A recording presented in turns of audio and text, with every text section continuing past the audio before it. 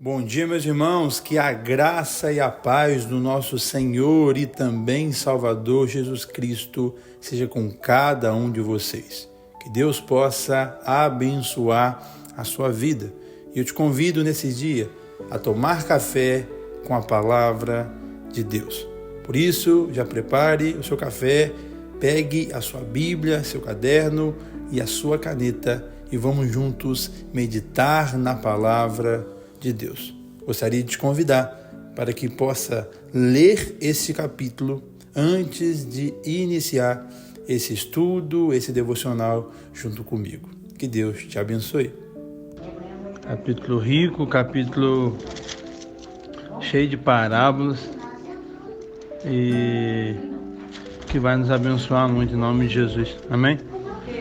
Do capítulo 1, do versículo 1 até o versículo 20, vai falar sobre a parábola do semeador.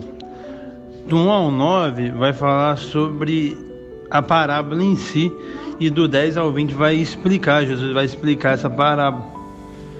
Do verso 21 até o verso 25, Jesus vai falar sobre a parábola da candeia. Do 26 ao 29 vai falar sobre a parábola da semente. Do 30 ao 32 vai falar sobre a parábola da mostarda. Jesus, do 33 e o 34, vai explicar o porquê ele falava com parábolas. E do 35 ao 41, Jesus vai acalmar a tempestade. Amém? Como eu sempre estou falando, a gente já viu isso em Mateus. Assuntos que os evangelhos sinóticos, Mateus, Marcos e Lucas, tratam. Mas isso é melhor, isso é bom para nos massificar, para a gente memorizar todos esses assuntos. Amém? No mínimo você vai ouvir 3 vezes isso nesse propósito que a gente está fazendo. Então você não pode falar que nunca ouviu. Você ouviu sim, tá? Amém? Então vamos analisar primeiro a parábola do semeador. Aqui começando no verso 1 até o verso 20, Jesus vai falar e depois vai explicar. E aqui, meus irmãos, existem 4 tipos de solos. Então o nosso coração pode estar desse jeito, com 4 tipos de solos. O primeiro solo, o primeiro coração, é o coração endurecido. O segundo é o coração superficial. O terceiro é o coração ocupado. E o quarto é o coração frutífero. Amém? Então, vamos analisar aqui primeiro o coração endurecido. No verso 4 fala sobre ele, no verso 15 explica sobre ele. E as características que a gente tem desse coração aqui: ele ouve a palavra, mas não compreende.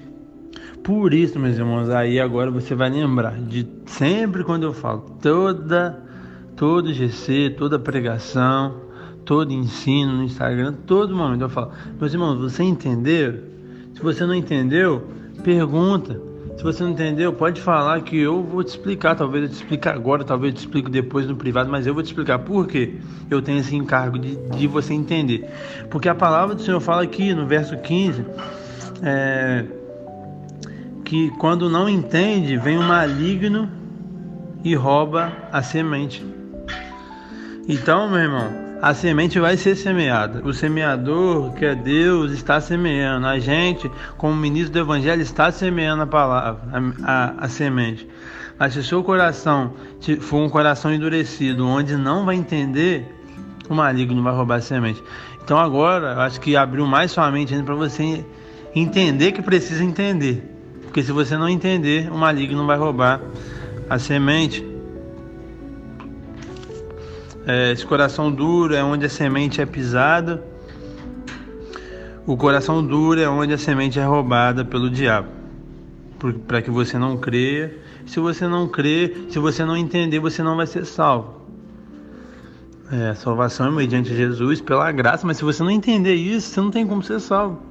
Você não sabe. Tem muitas pessoas que pensam que estão servindo a Deus, porque talvez estão na igreja, porque talvez estão fazendo uma caridade, que estão fazendo algo que Deus talvez não mandou fazer, estão fazendo algo que talvez não agrada ao Senhor, ou estão fazendo a coisa certa da maneira errada. E como a gente viu em Mateus, não adianta nada fazer a coisa certa da maneira errada. Você tem que fazer a coisa certa da maneira certa, porque a coisa certa da maneira errada se torna a coisa errada. Amém? Então, o entendimento ele é importantíssimo para o nosso crescimento.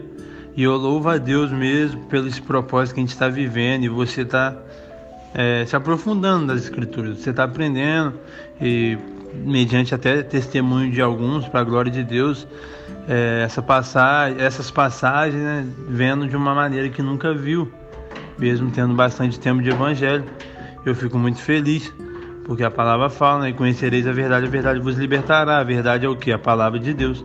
Então vocês vão ser libertos, vocês vão avançar, vocês vão glorificar o nome do Senhor através desse conhecimento. Então não esteja, meu irmão, não tenha, melhor, esse coração endurecido, esse coração que a palavra não entra, que a palavra não é entendida. Amém? A semente vai ser sempre lançada. O semeador vai lançar a melhor semente, essa semente incorruptível. Mas se o coração estiver endurecido, não vai valer a pena. Amém? Segundo tipo de coração aqui, segundo tipo de solo, é o superficial. Está lá no verso 5, e no verso 6, e no verso 16, e no verso 17. Vai falar que é um solo com pouca terra. Então ele é superficial, ele até nasce, mas vindo o sol queima. Significa, talvez você até recebe com alegria, as pessoas até recebem com alegria, mas não tem raiz. Então dura por pouca, é uma pouca duração. Então vendo a perseguição, os dias maus, a pessoa desiste. Você conhece alguém assim? Ou talvez você é alguém assim? Que é superficial. Por isso que a Bíblia fala para a gente ser firmado na rocha que é Cristo, porque vai vir a tempestade, a gente vai ficar firme, mas se a gente for firmado na areia, vai vir a tempestade, a gente vai cair. A tempestade vem para qualquer um, por firme e para quem não está firme. A diferença é que o firme permanece inabalável de pé, e o que não está firme vai cair. Então, meu irmão, a gente tem que ter isso no nosso coração. Esse coração, ele dá uma resposta imediata à palavra, mas ele não tem reflexão acima dela. É aquela pessoa que ouve tudo e não julga nada. Aquela pessoa que não segue o que as Escrituras falam para a gente observar tudo e reter o que é bom. Não, ela é igual aqueles passarinhos com a boca aberta, que tudo que jogar, ele aceita. E isso é ao mesmo tempo que é bom, é ruim. É bom porque quanto mais sede, mais fome da palavra, é melhor. Mas é ruim porque se falar uma heresia, você não vai ter filtro nenhum e você vai engolir e pode se engasgar. Entendeu? E essa aptidão rápida assim para receber essa semente, esse solo, rapidamente sai, rapidamente porque é algo que não tem raiz. Então a gente aprende aqui nesse segundo solo, meu irmão, que a gente precisa ter raiz. E essa raiz, meu irmão, como eu sempre falo, não é uma raiz meramente humana, raiz no Jean, raiz na Igreja Batista da Lagoinha, raiz na doutrina X e Y, não, raiz em Cristo. A sua raiz tem que estar em Cristo. Cristo que é a pedra angular da igreja, Ele que é a nossa rocha, não sou eu, não é a igreja propriamente, mesmo que a gente seja instrumentos para edificação, para ajudar vocês, mas quem é a rocha é Cristo. Então esteja firme em Cristo, meu irmão. Amém? A gente tem que ter essa profundidade, a gente tem que perseverar. E a gente não tem que avaliar o custo do discipulado. Meu irmão, para se tornar um cristão de verdade, você vai ter que renunciar. E o coração superficial não renuncia. O coração superficial, ele negocia. Então ele fala, não, seguir a Cristo é bom, né? Você salva, né? Mas, aqui é tão gostoso. Vou ter que parar de fazer aquilo, vou ter que parar. Vai cair. Mas o coração com a terra boa que a gente vai ver mais para frente. Ele faz o que for preciso. Bem, então não seja um coração endurecido, nem um coração superficial. Tenha raiz essas em Cristo. Terceiro solo, coração ocupado. Versículo 7, versículo 18 e versículo 19 vai falar que caiu entre os espinhos. Os espinhos cresceram e sufocaram e não deu fruto. E aqui vai falar na explicação. São aqueles que ouvem a palavra, mas o cuidado do mundo, a fascinação, a riqueza, a ambição sufocam. Então, meu irmão, quem tem esse coração ocupado, ele até ouve a palavra, mas ele dá atenção para as outras coisas, para a riqueza, para a carnalidade, ele dá atenção para outras coisas. Ele é sufocado, como você viu ali, pelas concorrências e os cuidados do mundo, os prazeres do mundo.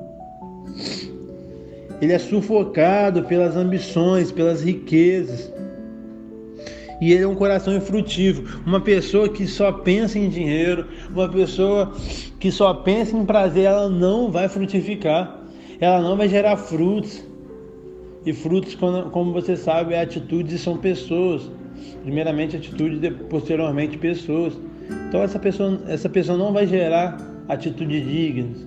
Essa pessoa não vai gerar pessoas para Cristo, porque esse coração está ocupado. Meu irmão, a palavra do Senhor fala: amará o Senhor teu Deus de todo o teu coração, de toda a tua alma, com todo o teu entendimento. Ele tem que ser o primeiro em nossas vidas. Como eu falei em áudios atrás, Jesus não pede para ser o único, ele pede para ser o primeiro. Buscar em primeiro lugar o reino dos céus. Primeiro, ele quer ser o primeiro, não o único. O segundo pode ser e deve ser seu próximo. E aí seu próximo vai englobar sua esposa, seu esposo, vai englobar seus filhos, seus familiares, vai englobar quem está precisando, vai englobar seus irmãos em Cristo, vai englobar o mundo. Mas depois de Cristo. Primeiro é Cristo. Primeiro é Cristo. E o coração ocupado coloca as riquezas, coloca os prazeres, coloca as pessoas na frente de Cristo. Não seja esse coração. E agora sim, para a glória, para a honra do nosso Senhor, o coração frutífero. Esse tem que ser o nosso coração mediante a palavra. Por isso que sempre quando eu ministro, eu oro para que vocês entendam, para o maligno não roubar a semente, e para essa semente, que a palavra do Senhor cair em terra boa. Se ela cair em terra boa, meu irmão, aí já era. Ninguém segura nós. Está escrito assim: e outra caiu em terra boa. E a terra deu fruto, que vingou, cresceu, produzindo 30, 60 e 100 por um. E a explicação: os que foram semeados em boa terra são aquele que ouve a palavra e recebe, frutifica por 30, 60, 100 por um. Então, você, com o coração frutivo, você vai ouvir e vai receber. Você não vai ser só um ouvinte, mas você vai ser um praticante da palavra. Você não vai pensar que propriamente aquela palavra servia para o outro, mas aquela palavra serve para você. E mediante ela você vai ser transformado. Essa palavra vai produzir frutos que vai vingar e vai crescer. E aqui vingar fala de fruto permanente. Não é um dia dar fruto e outro dia não der. Não é um dia sim, um dia não. Você vai ser constante, abundante. E esse fruto, ele é produzido em diferentes proporções. Como eu falei lá em Mateus, né? Isso aqui dá para a gente entender que Deus dá uma medida para cada um. E independente da sua medida, ninguém é melhor do que ninguém. Você vai ser cobrado mediante o que Deus confiou para você. Deus não vai te cobrar igual Ele pode me cobrar se você não nasceu para ensinar, para escrever, para pregar. Se você não nasceu para isso, Deus não vai te cobrar. Mas Ele vai me cobrar, porque eu sei que eu nasci para isso. Então por isso que eu falo, por isso que eu ensino, por isso que eu escrevo.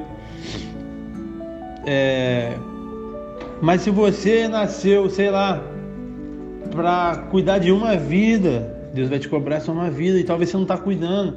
Talvez Deus te chama para cuidar de 1 milhão e você não está cuidando nem de uma. Então, independente das proporções, a gente tem algo e Deus vai nos cobrar. Então, que nós possamos ser bem-aventurados, servo bom e fiel, que foi fiel no pouco, e sobre o muito Ele irá nos colocar. Amém? Então, não diminua seu dom, não diminua seu talento, e produza. O importante é produzir constantemente, independente se é 30, se é 60 ou se é 100. Glória a Deus. Amém? Então vamos para a parábola da candeia. E aqui Jesus começa falando em parábolas e sobre especialmente a semente. Se você reparar que a semente não mudou, o que mudou foi o solo. O semeador e a semente são o mesmo. E aqui vai falar também sobre a palavra do Senhor, mas de uma perspectiva diferente. Aqui vai falar sobre a parábola da candeia.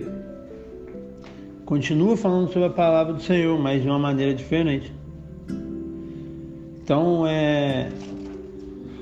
vai falar assim: quem porventura a candeia pode ser posta debaixo do alqueiro? Não vem antes ser colocado no velador? Então a candeia, meu irmão, o que é a candeia? Para os mais antigos aí, eu não peguei essa época, mas eu sei um pouco, é o lampião. Antigamente não existia energia elétrica, você sabia disso? Então tinha que usar a candeia para iluminar durante a noite. E o velador era como se fosse um suporte que botava em cima assim das casas, que quando você colocava a candeia, iluminava. Não sei se você parou para pensar que por que as luzes ficam em cima. É porque ela tem uma amplitude maior e ela consegue iluminar mais o ambiente. Se você botar uma luz embaixo, ela vai iluminar, mas vai ser bem menos. Entendeu? Então, o velador tem que ser colocado em cima. Então, a candeia tem que ser colocada no velador para iluminar tudo. E a palavra do Senhor fala que lâmpadas para os nossos pés é a tua palavra e luz para o nosso caminho. Amém? Então, a palavra do Senhor, ela não pode ser oculta, meu irmão. Ela tem que ser pregada em tempo e fora de tempo. Eu sinto muito isso no meu coração. Por isso que eu sempre estou ministrando aqui, nas redes sociais, nas oportunidades que eu tenho na vida. Porque eu sei que para quem muito é dado, muito será cobrado. E tem verdades bíblicas, talvez confrontantes, não só para a minha vida, mas para a vida de outras pessoas, de uma comunidade de fé, que tem que ser pregado. Porque se eu não pregar, eu vou ser repreendido pelo meu Senhor. Então, se Ele me confiou esse conhecimento, se Ele me confiou essa revelação, eu tenho que propagar. Felizmente, talvez nem todos vão gostar, mas é a palavra do Senhor. Então, não posso esconder ela debaixo de nada, e sim colocar ela no lugar mais alto, para que todos possam ver. Nós devemos proclamar a verdade do reino para os outros, meus irmãos. Não retenha o que você tem. Como eu sempre falo, tem pessoas que eu não vou alcançar. Talvez hoje com o Instagram, com as redes sociais, com esse áudio eu consiga alcançar mais pessoas. Mas talvez tenha uma pessoa que não mexe com isso, eu não vou alcançar. É você, cara. É você que vai ter que pregar para ela. Com amor, com sabedoria, mas é você. E você é capaz. E eu não sou melhor do que você em hipótese nenhuma, cara. Eu sou um servo de Deus igual você é, e eu estou aqui para te ajudar a ter as ferramentas necessárias para pregar para a pessoa. Você é capaz, não se escolhe nenhum líder, não se escolhe nenhum pastor, tá bom? Que todos nós somos ministros aqui nessa terra. O ID é universal, e no reino dos céus não existe quem é maior, quem é menor do que ninguém. Independente se a pessoa é pastor, mestre, não, todos nós somos servos, amém? Então pregue. Como eu falei, a gente não deve entender que jamais a verdade tem que ser escondida. Nós devemos refletir sobre o que nós temos ouvido. Igual fala aqui no 23, se alguém tem ouvidos para ouvir, ouça. Então, meu irmão, ouça essa exortação, ou melhor, motivação, mas na verdade exortação no original significa motivar. Amém? Então eu estou te exortando aqui para você ir além, porque você pode. 24, a gente não deve ser, ou melhor, a gente deve ser cauteloso no julgamento alheio. Aqui vai falar sobre com a medida com que vos tiverdes medidos, vos medirão também, e assim vos acrescentará. Pois ao que tem se dará, e ao que não tem, até o que tem será tirado. Amém? Então a gente tem que ter o quê? A gente tem que ter responsabilidade, saber usar os privilégios espirituais que Deus nos deu. Igual eu falei, talvez você tenha um dom na palavra, talvez você é um mestre na palavra, Deus te deu esse dom que não deu para todos, cada um tem seu dom. E você vai ficar escondido, meu irmão. Você vai deixar o medo te dominar, você vai deixar o seu orgulho te dominar, porque qual que é um dos motivos da gente não pregar? É o orgulho.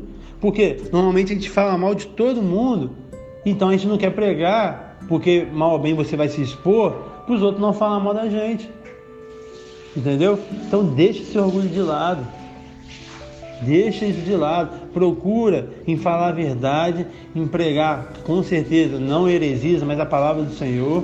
E tem coisas que é um pouco mais complexas, precisa de um pouco mais de interpretação, mas tem coisas que é simples. Cristo morreu em nosso lugar.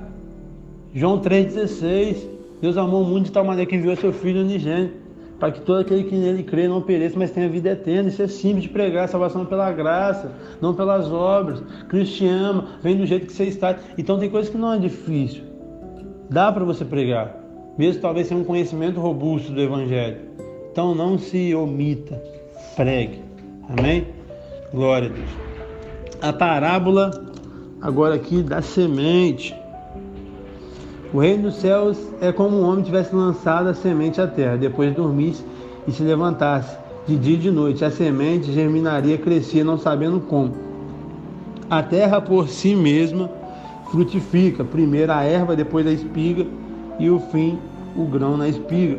E quando o fruto já está maduro, a foice já é chegado à ceifa. Então, talvez a gente não percebe o começo do reino dos céus, talvez imperceptível, mas é necessário existir um semeador. E o semeador não tem o poder de fazer crescer, quem dá crescimento é o Senhor. Um planta, um rega, como foi lá em Coríntios, mas quem dá o crescimento é o Senhor. A gente tem que entender que o processo de crescimento da semente tem coisas, meu irmão, que vem com o tempo. Você não começa uma faculdade hoje, amanhã já está formado. Não, tem um processo. E nesse processo que você vai crescer. Tá bom? A gente não pode desistir, a gente não pode parar. Aqui no 28 vai falar sobre o processo do desenvolvimento do reino dos céus. A semente cresce automaticamente a partir do momento que é lançada. A semente cresce gradualmente, como eu falei sobre o processo. E a gloriosa consumação do reino do céu no 29. A maturidade do grão fala da perseverança da obra de Deus. A colheita final revela a vitória do reino de Deus. Glória a Deus por isso. Amém, meu irmão? A parábola do grão de mostarda. O poder da palavra para crescer.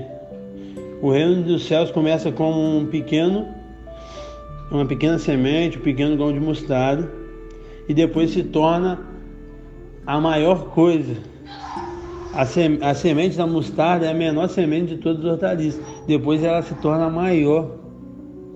Olha que maneiro, olha que coisa grandiosa. Esse é o reino dos céus. Ele começa pequeno, talvez invisível, a gente não consegue ver, mas os atributos do reino, a vida do reino vai entrando em nosso coração, e aí sim a gente tem um encontro com o Senhor. Glória a Deus. E aqui no 33 e 34 Jesus fala o motivo, né, de falar por parábolas, e ele fala que é para explicar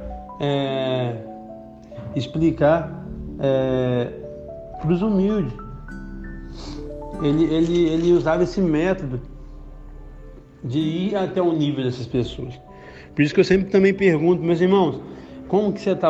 Eu estou explicando porque não adianta eu falar de um vocabulário, talvez muito acadêmico, muito culto, para uma pessoa que não vai entender. Ou talvez eu falar em gírias para uma pessoa que é doutora, ela não vai entender. Então talvez se eu for pregar numa comunidade mais carente, que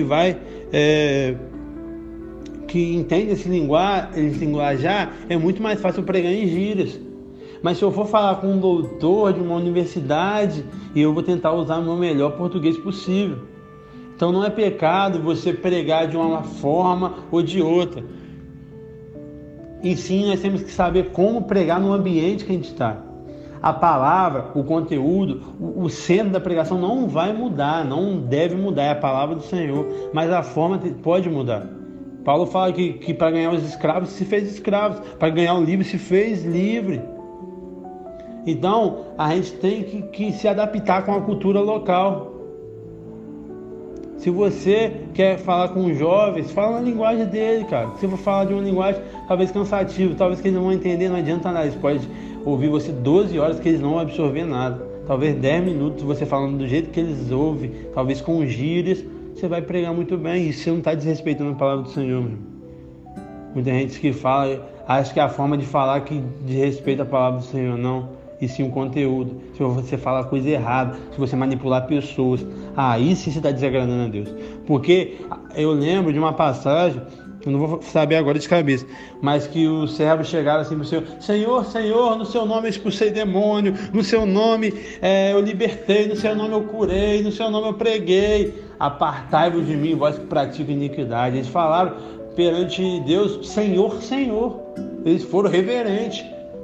Mas não era nada, era só da boca para fora. Então não adianta a gente ser reverente só da boca para fora e não agradar o Senhor no coração. A gente ser reverente da boca para fora e a pessoa que você está pregando não entender o que você falou, não adianta nada. Então sempre tem esse diálogo. Você está entendendo o que eu estou falando, meus irmãos? Não, então vou melhorar, vou me esforçar para você entender, porque se não entender não adianta nada.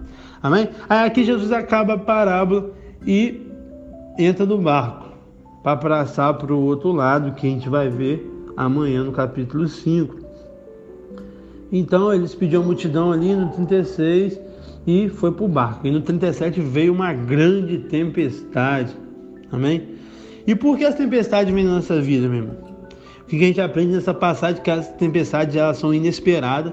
Quando menos parece, Jesus aqui, seus discípulos aprenderam bastante, Jesus ensinou. E quando menos pensou, a tempestade veio. As tempestades elas são sim perigosas, elas são surpreendentes, né? E ela pode acontecer com qualquer um da gente. Jesus estava no barco, meu irmão, e isso não isentou de vir a tempestade. Mesmo com Jesus na sua vida, você servindo a Deus, buscando o reino dos céus e sua justiça em primeiro lugar, as tempestades vão vir. Mas fique firme, porque Ele está no barco, ela vai vir, mas você não vai naufragar. Amém? E aí a gente talvez pergunta, como a gente concilia a obediência a Cristo com a tempestade? A presença de Jesus com a tempestade? O sono de Jesus em meio à tempestade? A gente não tem essa noção, mas igual eu te falei, vai acontecer mesmo você com Cristo. Há um falso evangelho pregado que é só felicidade aqui nessa terra. Não, a felicidade, a ausência de dor, a ausência de choro é só no céu. Aqui vai ter choro, aqui vai ter dias difíceis, dias maus, mas a paz que excede todo entendimento está conosco, mediante o Espírito Santo que está em nosso coração. Amém? Então mesmo Jesus no barco vai vir tempestade. Mesmo talvez você ache que Jesus está dormindo, mas Ele não está dormindo. Porque Ele só está observando. Porque as tempestades, meu irmão, elas são pedagógicas. As tempestades são pedagógicas. Eles chamaram ali o Senhor, ele aprendeu mesmo a defender do Senhor, eles foram também repreendidos pelo Senhor pela falta de fé. E depois, o que gerou neles no verso 41? Quem é esse que até o vento e o mar lhe obedecem? Meu irmão, é isso que as tempestades fazem em nossa vida. A tempestade nos revela uma faceta de Deus para a gente glorificar a Deus. Você está passando por um momento difícil, e o milagre, meu irmão, ele só acontece em períodos de crise. A cura só vai acontecer se existir uma doença. O milagre na despensa só vai acontecer de se encher se ela estiver vazia. Então, meu irmão, muitas vezes a gente quer o milagre do Senhor, mas a gente não quer viver o problema. E sem problema não tem milagre. Sem escassez não vai ter o milagre da abundância. Sem doença não vai ter o milagre da cura. Então você que busca muito isso, prepare que vai vir. E no final você vai receber e o nome do Senhor vai ser glorificado. Que vocês vão exclamar: quem é esse que até o vento e o mar lhe obedecem? E nós podemos responder essa pergunta do discípulo. Ele é o Cristo, o Messias esperado, o Emanuel, Deus conosco. Ele é a pedra angular da igreja, a rocha inabalável. Ele é a água viva, de quem beber nunca mais terá sede. Ele é o pão que desceu do céu, de quem comer nunca mais terá fome. Ele é o único caminho, Ele é a única verdade, Ele é a única vida. Ele é o único mediador entre Deus e o homem. Ele é o Filho amado de Deus Pai. Ele é o Alfa, o Ômega, o princípio e o fim, o único digno de receber toda a honra, toda a glória e também todos os louvores pelos séculos dos séculos.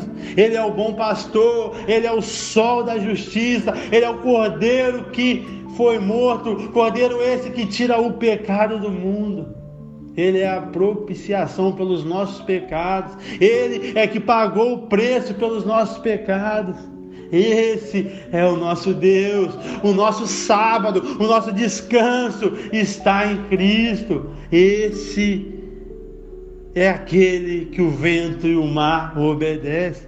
Esse é o meu Deus, esse é o seu Deus. Esse é aquele que morreu em meu lugar para pagar o preço do meu pecado, para que mediante a essa morte eu conquistasse, eu obtivesse a vida eterna.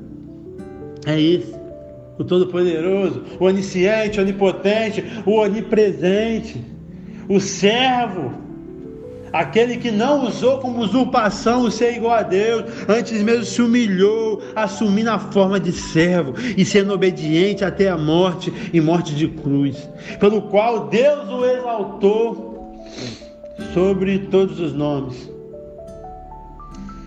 Esse é o nosso Deus. Esse é o amado da nossa alma.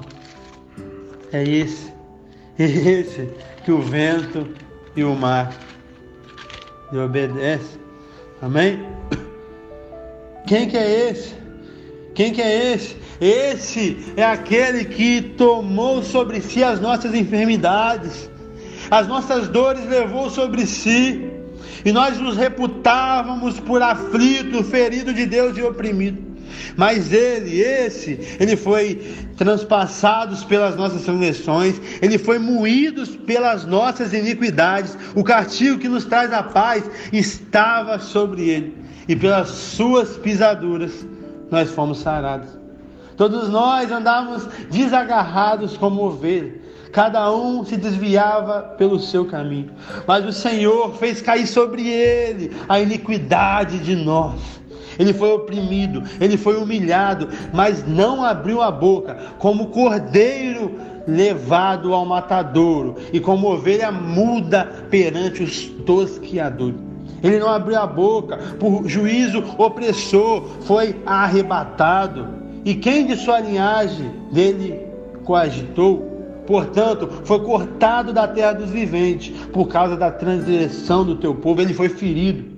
Designaram a sepultura com os perversos, mas com o rico esteve em sua morte, pois que nunca fez injustiça, nem dolo algum achou em sua boca. Todavia o Senhor agradou moê-lo, fazendo enfermar, quando der a ele a sua alma como oferta pelo pecado, verá a posteridade e prolongará a vontade do Senhor e prosperará a sua mão. Ele verá o fruto do seu penoso trabalho, de sua alma, e ficará satisfeito. O meu servo, o justo, com seu conhecimento, justificará muitos, porque as iniquidades deles levará sobre si. Esse é aquele que o vento e o mar o obedecem. Porque eu exclamei isso aqui em minutos, exaltando a grandeza, a maestreza do nosso Senhor e Salvador Jesus Cristo, para responder a pergunta dos discípulos, que talvez pode ser a sua pergunta: quem é esse? Quem é esse que falam que morreu no meu lugar? Quem é esse que falam que curou a minha vizinha? Quem é esse que ministra em meu coração e me dá um prazer maravilhoso? Quem é esse? Esse é o seu Salvador, meu irmão. Esse é aquele que morreu em seu lugar. Esse é aquele que te ama de tal ponto que entregou a sua própria vida para te salvar. Ele preferiu morrer do que ficar sem intimidade, sem comunhão com você. Esse é o nosso Deus. Amém? Glória a Deus, meus irmãos. Mais um momento abençoado de café com a palavra. Espero do fundo do meu coração ter te edificado, te abençoado, te ensinado em algo. E gostaria muito que você pudesse curtir esse vídeo, você pudesse comentar, pudesse se inscrever no canal para que possamos alcançar mais e mais pessoas, e também que você possa compartilhar.